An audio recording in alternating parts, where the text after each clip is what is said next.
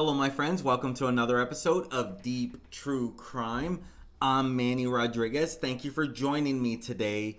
In today's episode, we are continuing the tragic case of Cassie Carli. We're going to share with you the most recent updates around Cassie Carli. The body of Cassie Carli, who was 37 years old, taken from this world way too soon. Rest in peace, Cassie Carli. Her body was found in a barn in Spanavelo, Alabama. And this barn was linked to her ex, Marcus Spanevelo, the last person to see her alive. She was going to meet him behind Juana's Pagodas restaurant. This is a waterfront hangout type restaurant offering casual American food and cocktails. And the whole thing that separates this Pagodas restaurant apart is they like to do things in a festive environment with music and games. So they were to meet behind this restaurant. No one had heard from her since. He's the last person to had seen her alive at that time. So they found her body on Saturday, April 2nd, less than a week ago from the time of this video. And they found her Saturday night,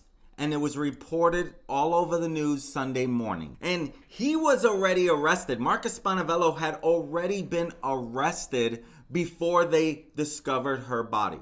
But they knew that this barn was linked to him. He may have actually owned this barn. And he worked nearby to this barn. He has a lot of history in Alabama. Her sister, Rayanne Carli, even said that she felt maybe her sister and her niece was in Alabama because of ties. There was another time where Marcus had taken little Sailor, the 4-year-old daughter of both him and Cassie, that he took her daughter without Cassie's permission to Alabama. That got her sister, Rayanne, thinking about Alabama and having ties to Alabama, and that maybe her sister was in Alabama. She would happen to be right. Her sister was found in a barn in Alabama that has ties to Marcus Spanevelo. As I said, he was the last person to see her alive, and they identified her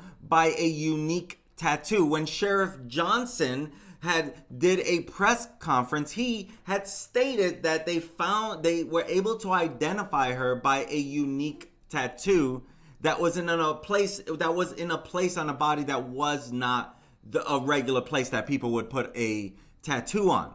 It was her right foot. Now, someone had commented on the last video that in Florida, this may be a common thing, that people, when they go on spring break, or a lot of people that live there, will get a tattoo on their foot. So that seems to be something normal there. But she's last seen on Sunday, March 27th.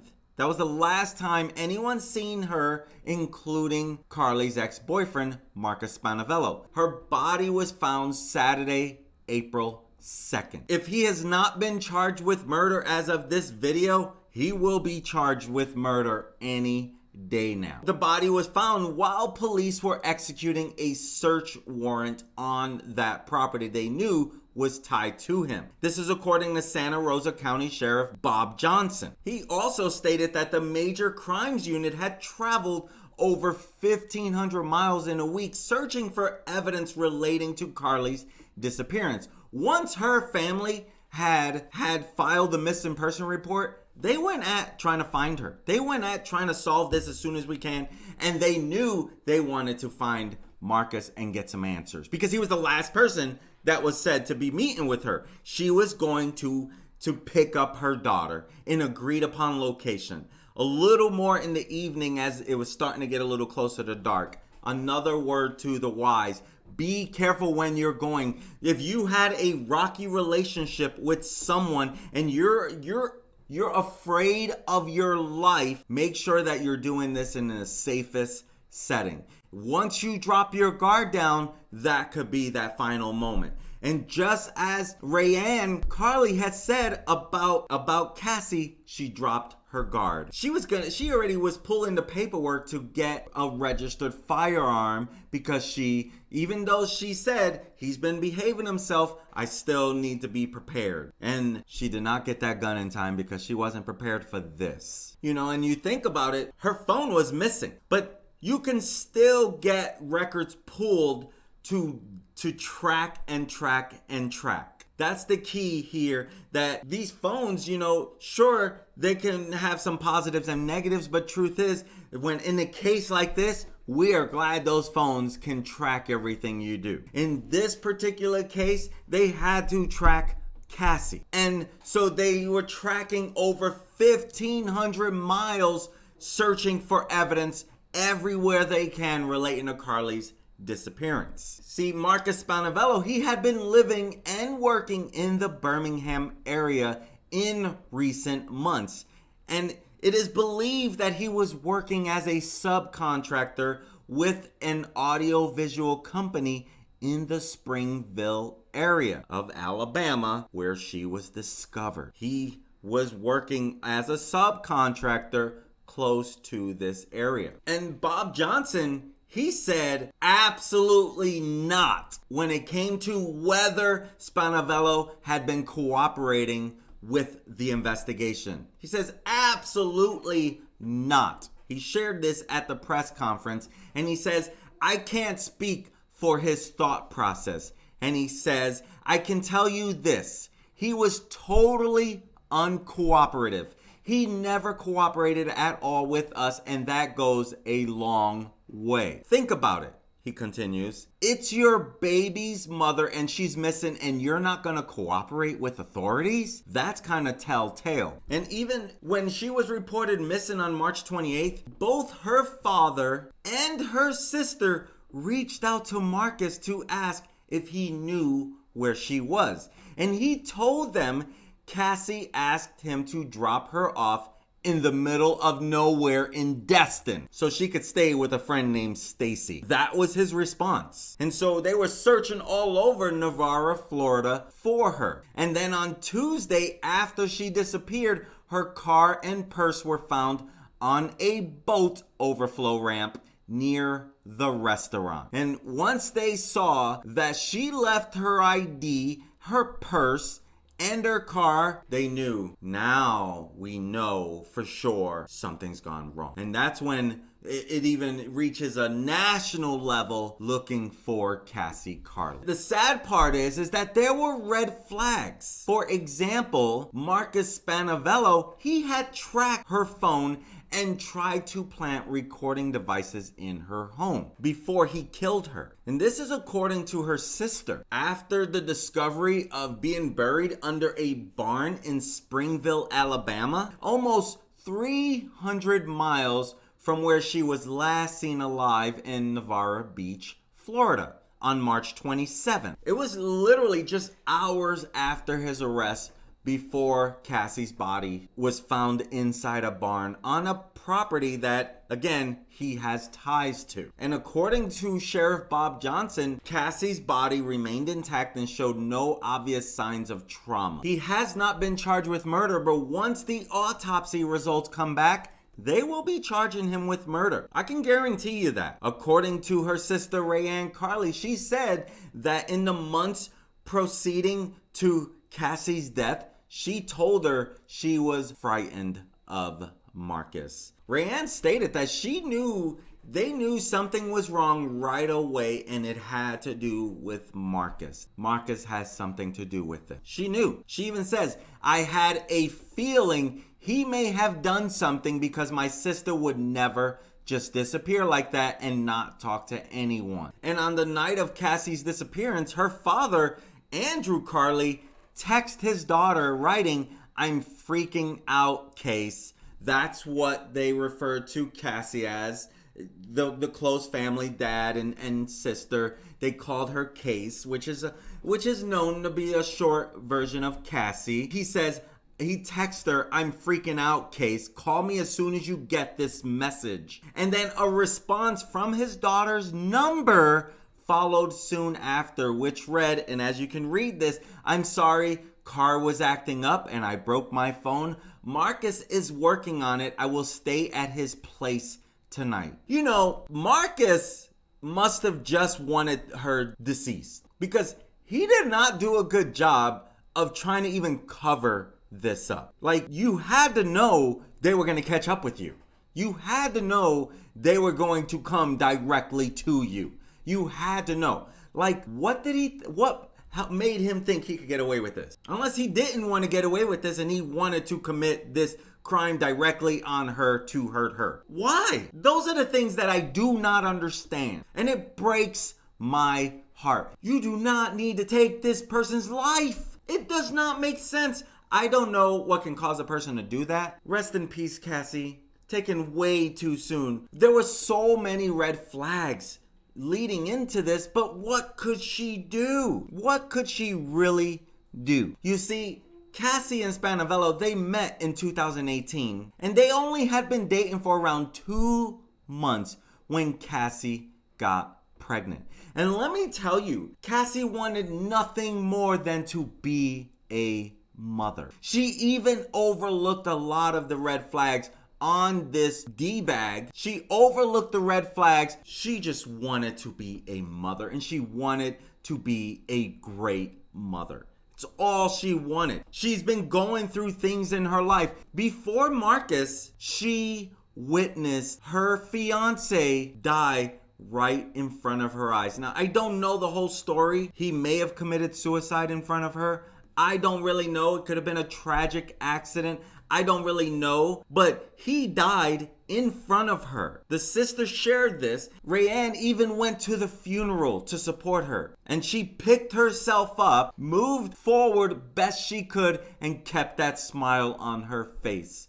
And didn't want to let this define who she is, what she witnessed. She didn't want to let it bring her down for the rest of her life. She was a strong woman. And while they were still in the early stages of their relationship, Rayanne said Cassie was determined to make things work with Marcus. But around 5 months into the pregnancy, she couldn't bear him any longer. Rayanne said there were just too many red flags. She would tell us, "He's controlling me. He's trying to manipulate me. I don't want to be with him." But even after she broke up with him, she was hopeful that maybe they could figure out a way to co-parent this wonderful little child together and stay civilized. And any hopes of being a civilized friend with each other in the hopes of little Sailor, they were quickly out the window, according to Rayanne. She alleges that Spanavelo became increasingly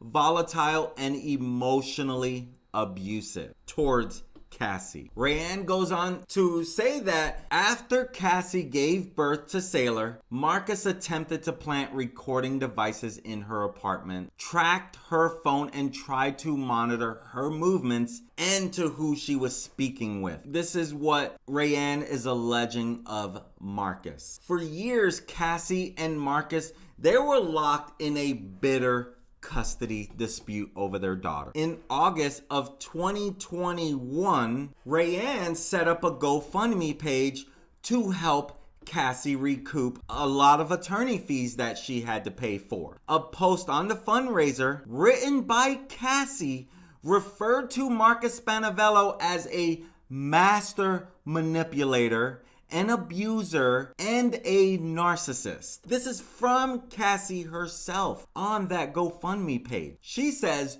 "During my pregnancy, this man's abusive control and manipulation escalated. But having battled infertility in my first marriage, I desperately wanted a family. So I justified his erratic behavior as long as I could." That's what she wrote. Cassie also writes, after breaking up with Spanavelo, he filed dozens of false police reports and even called Child Protective Services so many times I nearly came to know most of the staff by name. Wow. Even sharing more on her sister's claims, Rayanne alleged that Spanavelo was both verbally and emotionally abusive to Cassie throughout her pregnancy. She said the verbal abuse was particularly bad. He would body shame her when she was pregnant, and just everything she did wasn't right or good enough for him. This is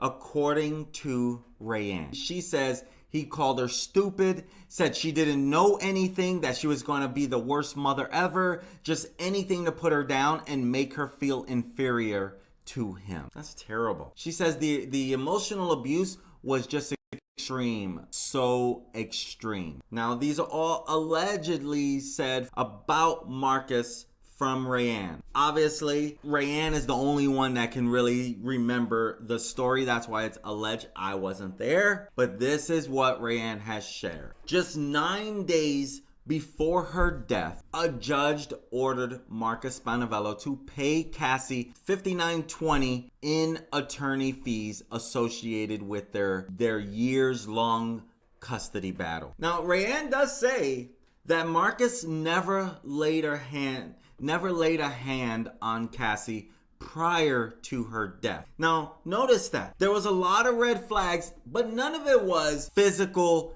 hitting her. And yet, this was still capable of happening. How many women out there probably said, well, he never physically hit me. I don't think he's capable of killing me. It probably happens quite a bit. You never know what that last straw is for some creep like Marcus Spanevelo. You know, and Rayanne, she believes that Marcus may have been infatuated with her sister, and maybe this is what led to her death because of that infatuation. One of those type of, you know, I can't live with you, I can't live without you, no one will have you. One of those type of things.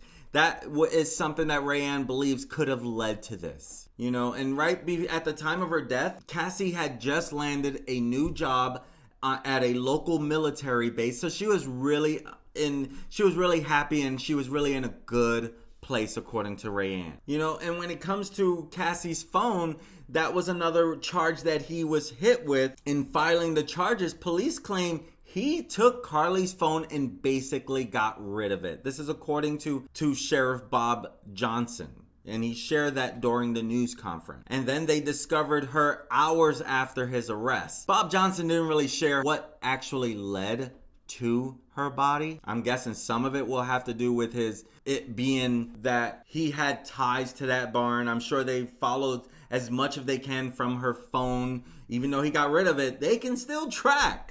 They can still track you. I mean, sure, you may get rid of the phone, but my guess is they can still track you in some ways without the phone, like pulling the person's records with their carrier and pulling all their activities from their carrier. So my guess is that this phone also helped them track her down and track him down. Sheriff Johnson, he didn't pull any punches about what he believes should happen. In the press conference, he kept referring to him as, it's one word, but two words together, dirt and bag put together. He kept referring to him as that. He says, I think we have a great case, and I think he's either going to spend the rest of his life in jail or get the needle. Hopefully, the needle. So Johnson wants him to get the death penalty. In Florida, they have the death penalty. By all accounts, Cassie, truly a wonderful, wonderful person. According to Rayanne,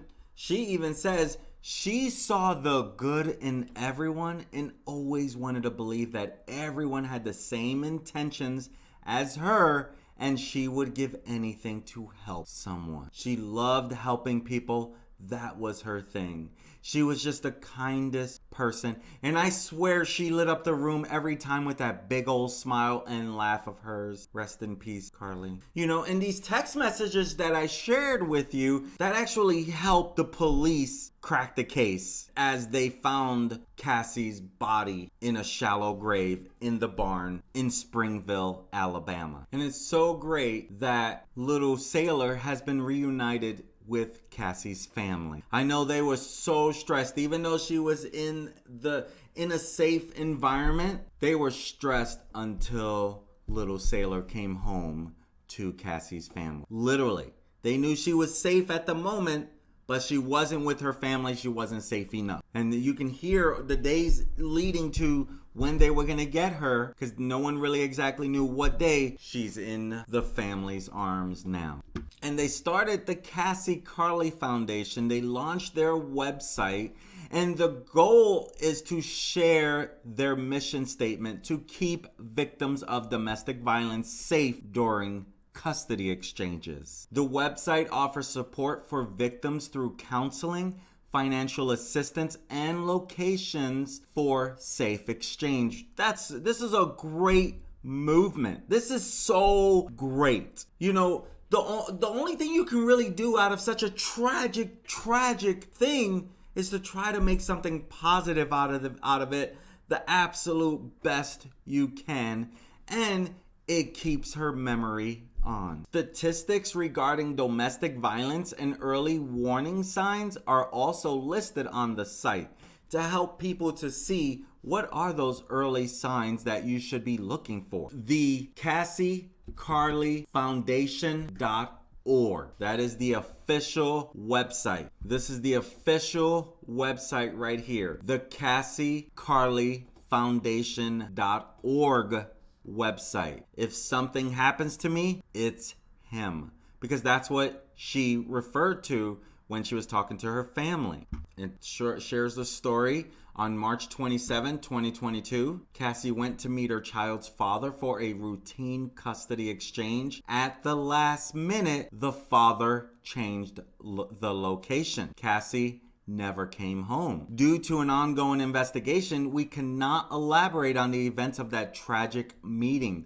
What we can do is begin a movement to prevent this from happening again. Hashtag never go alone. Hashtag Cassie Carli Foundation. Hashtag never go alone will be our war cry in this battle to prevent, protect, and support victims of domestic violence. The Cassie Carli Foundation is ready to meet you where you are and walk alongside you in your journey to freedom. You are not alone. You are one click away from an army of support. We are a new foundation, but that will not delay us from reaching you wherever you are and providing the support you need.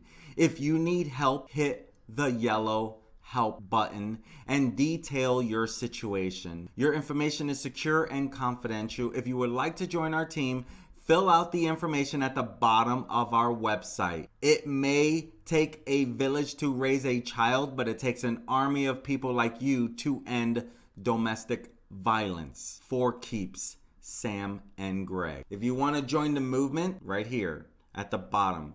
Again, the Cassie Carli Foundation.org. Hashtag never go alone. Hashtag Cassie Carli Foundation. There you have it, my friends. You're all caught up on what we know up to now around the Cassie Carli case. Okay, my friends, thank you for joining me and have an amazing, amazing day. I look forward to serving you again. Peace. Be careful out there, my friends.